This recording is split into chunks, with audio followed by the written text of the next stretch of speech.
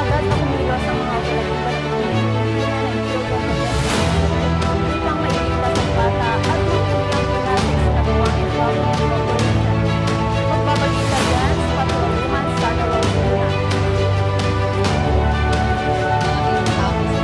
Sa pagbebenta ng kanyang bagong panganak na sanggol sa isang entrapment and rescue operation na isinagawa ng Women and Children Protection Center o WCPC.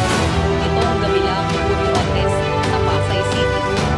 Nagsimula ang investigasyon matapos makita ng mga undercover na operatiba ng WCPC ang isang post sa Facebook group na may nakalagay na looking for baby. Agad niyang inaksyonan ito at nakipag-ugnayan sa nagkomentong suspect na nagbanggit na may baby girl out. Nang makausap ng operatiba ang suspect, agad itong nagpahayag ng intensyon ipaabot ng pagkalinang nasanggol kapalit ng halagang ₱100,000. Nagkasundo sila sa presyong ₱70,000 at napag-usapan na gaganapin ang pagkita sa Batangas, Pasay City.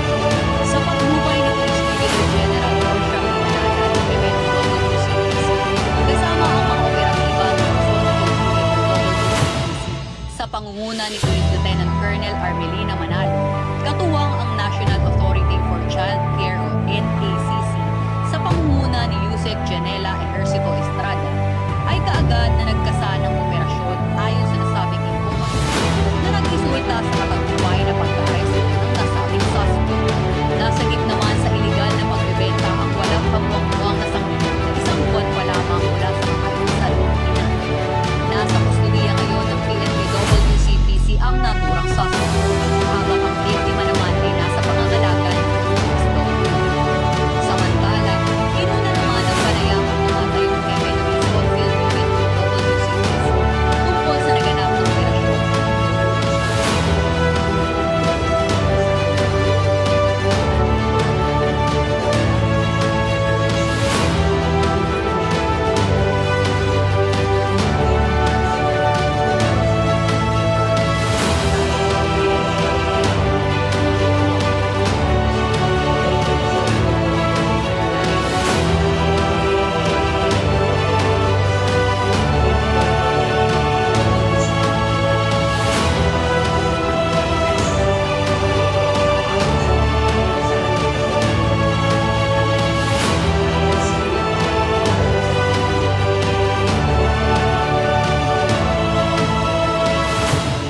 Gadgets na meron siya as additional evidence para sa ginawa niya ito. Huwag magatubiling magsumbong sa tanggapan ng WCPC kaugnay ng ganitong aktibidad gaya ng online sexual abuse and exploitation of children na may kaparusahang habang buhay na pagkakabilanggo.